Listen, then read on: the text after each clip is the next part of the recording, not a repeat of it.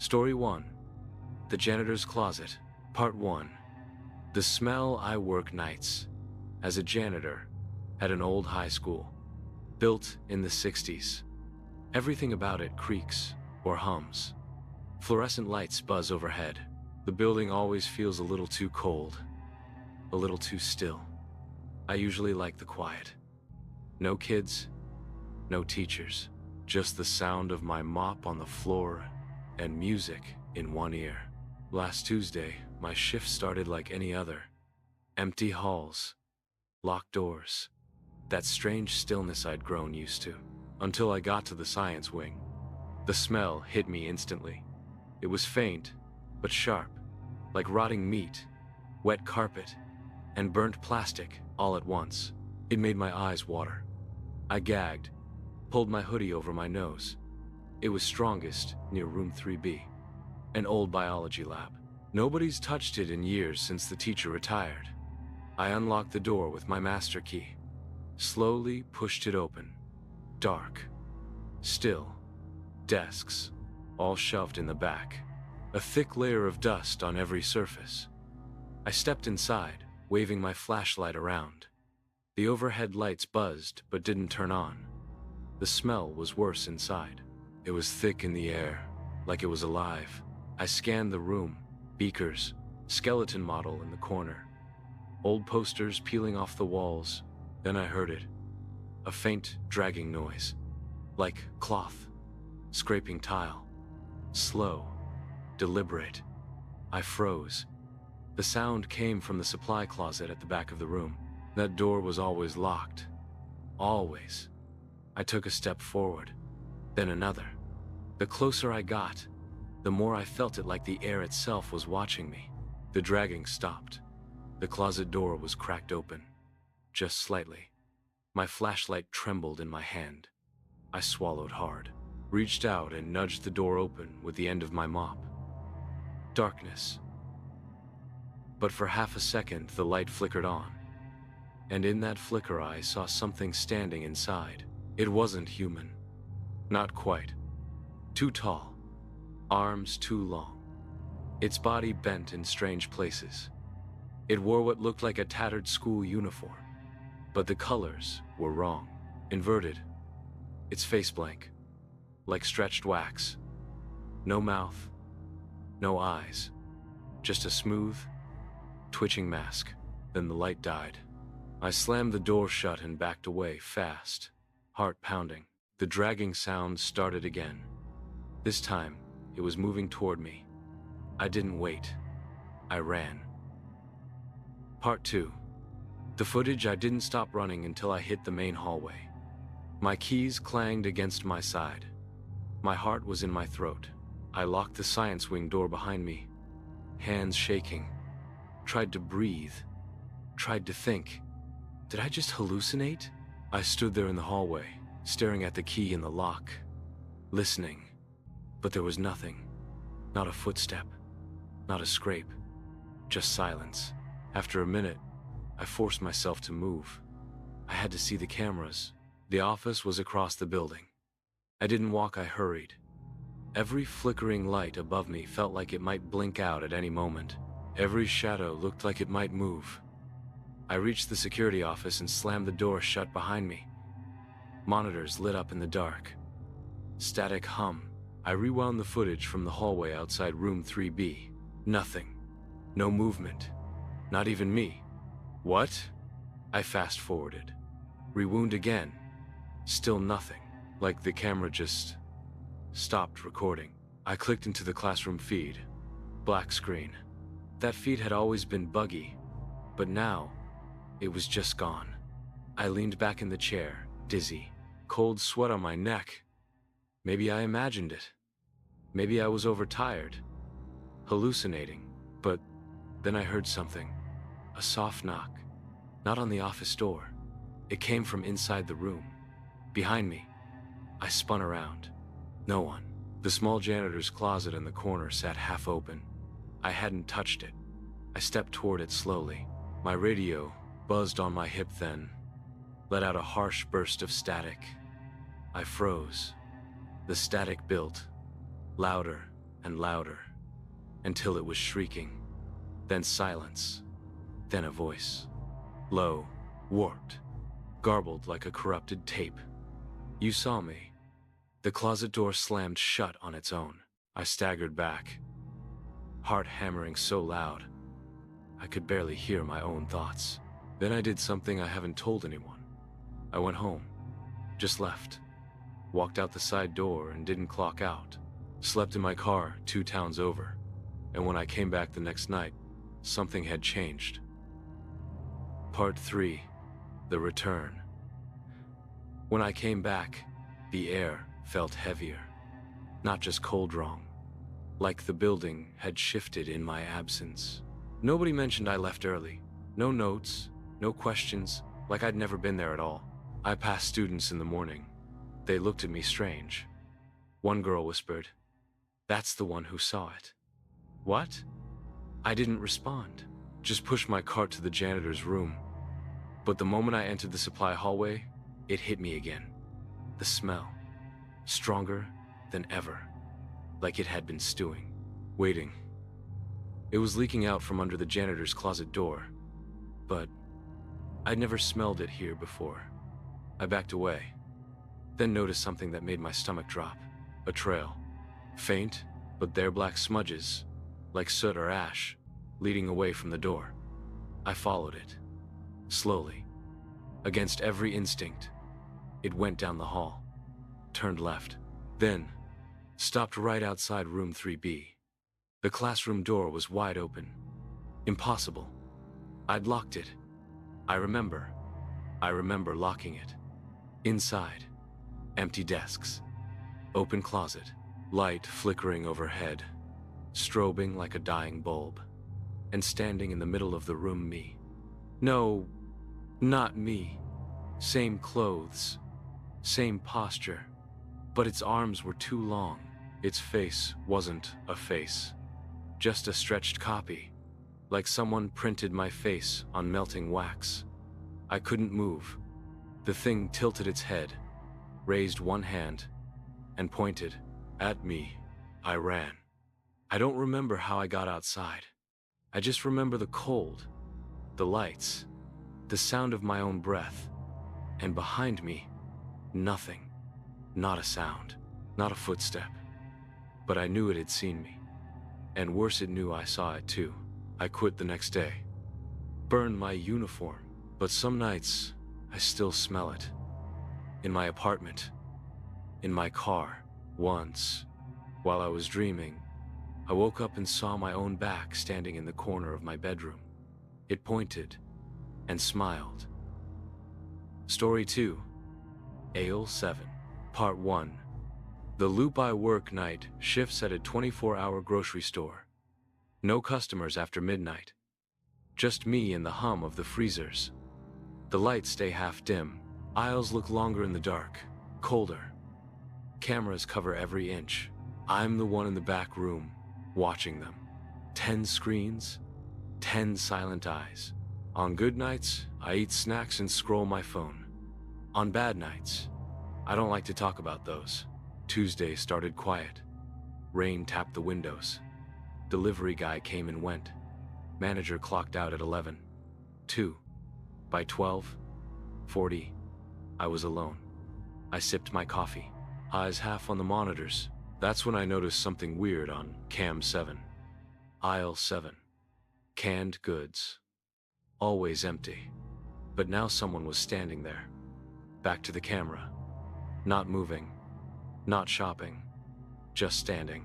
I watched for a minute. No shift. No sway. Just still. I switched to another camera. Then back. Still there. I radioed the floor. "Hello? We've got someone in aisle 7. No response. Of course, no one else was here. I sighed and got up. Walked the store.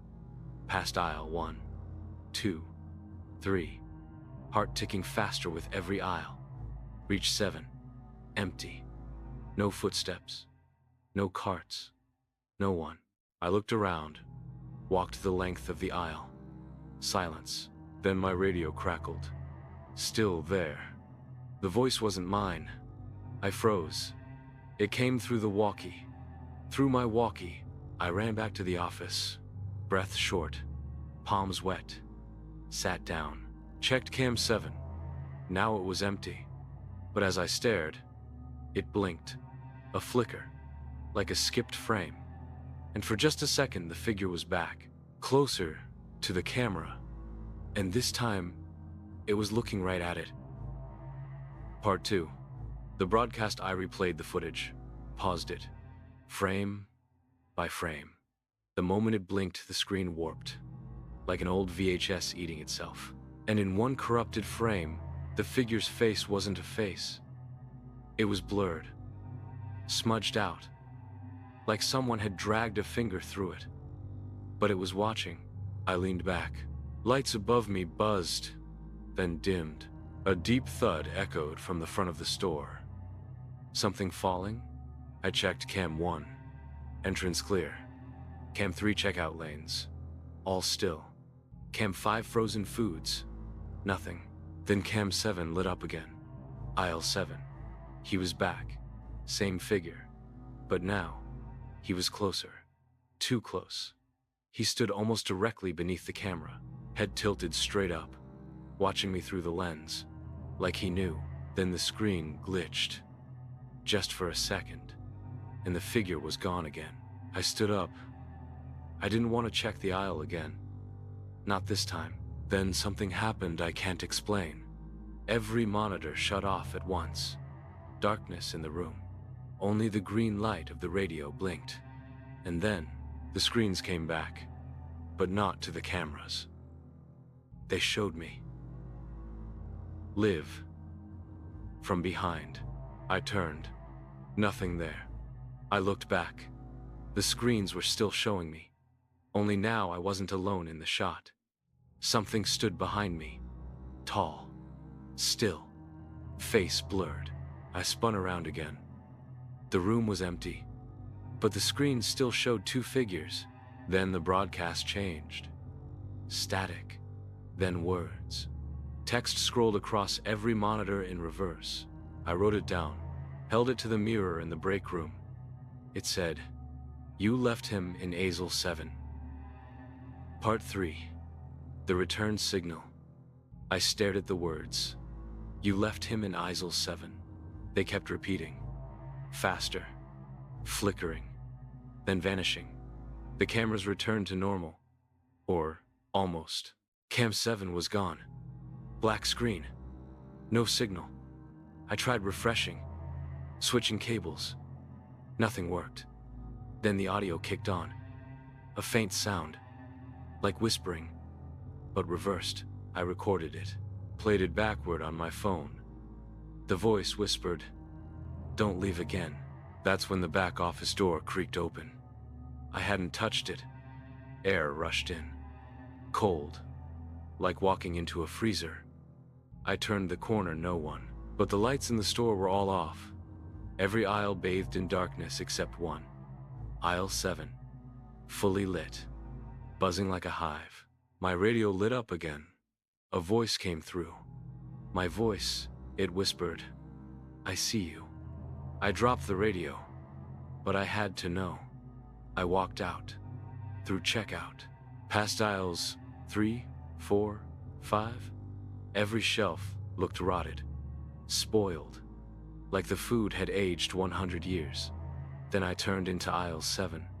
Empty. Silent. But something was wrong with the floor. Tiles warped. Stretched. Like heat mirage. I took one step and everything flickered. The lights. My body. Even the sound. It was like I was caught between two frames. Then I heard it. Behind me. Dragging feet. A wet breath. I turned. He was there. Not standing. Hanging. From the ceiling. Upside down. Arms limp. Neck crooked. His face still blurred. Still wrong. And he whispered, "You left me." I stumbled back. Fell to the floor. Everything went black. When I woke up morning. Lights on.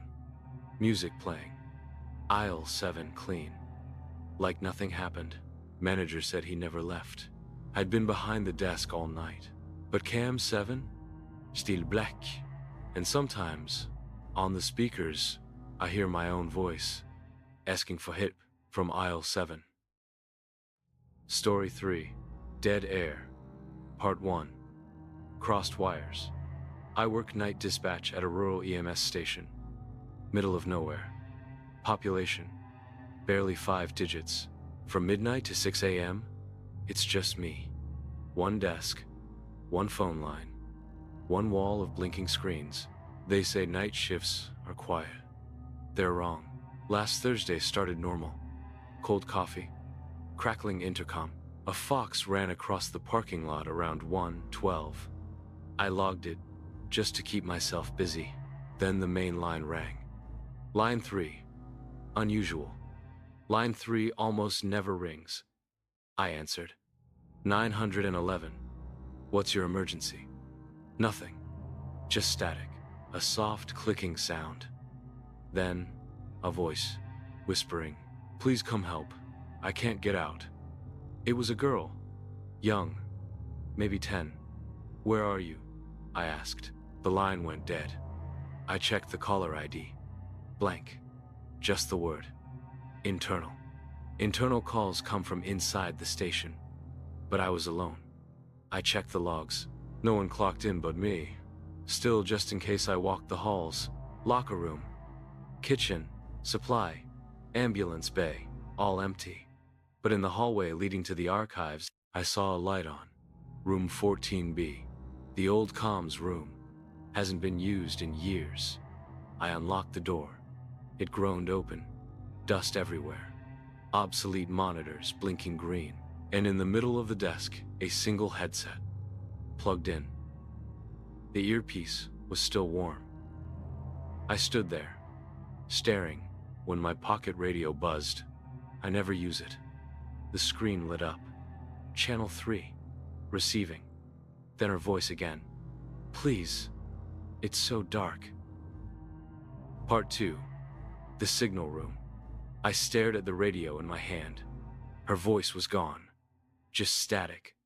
And under it clicking. Like fingernails on glass. I looked around room 14B. Dust moved in the light. Like something had just been there. I sat down at the old desk. Tried the headset. Dead. But then the screens came to life. They weren't monitors anymore.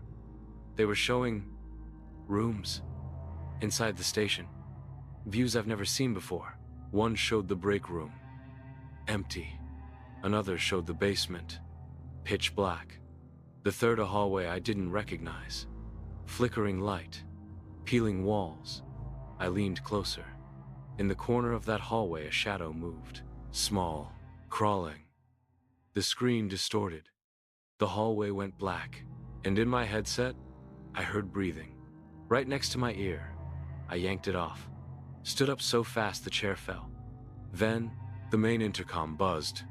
The whole station could hear it. One word. Warped. Garbled. Echoing. "Help. Here I'm back. To dispatch." Checked the line logs. Line 3 active again. But the call wasn't from outside.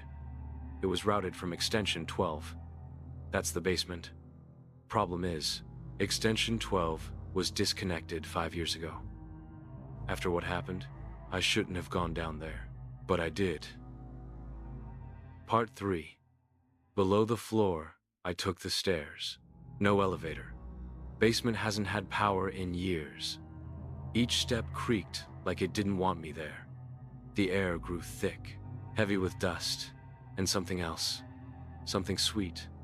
Rotting sweet. I reached the bottom. Only the red glow of the emergency light.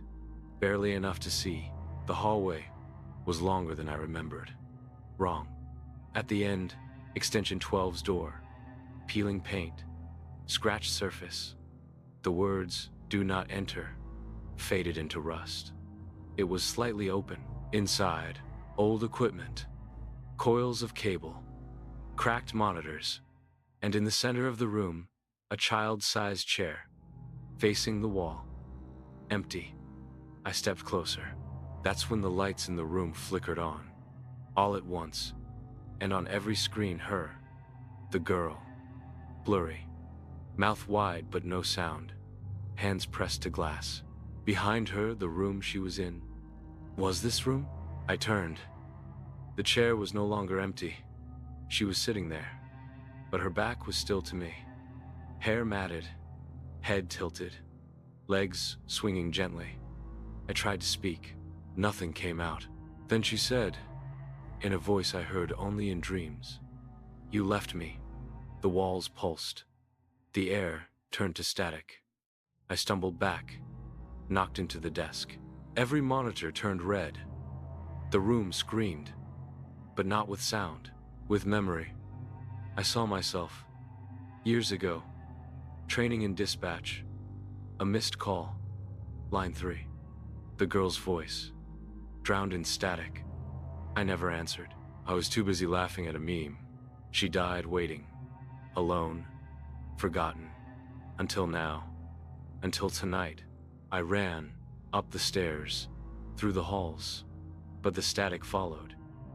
It's in the lights, the phone, the walls. Now, every night, line 3 rings. I don't answer anymore, because if I do, I hear my own voice.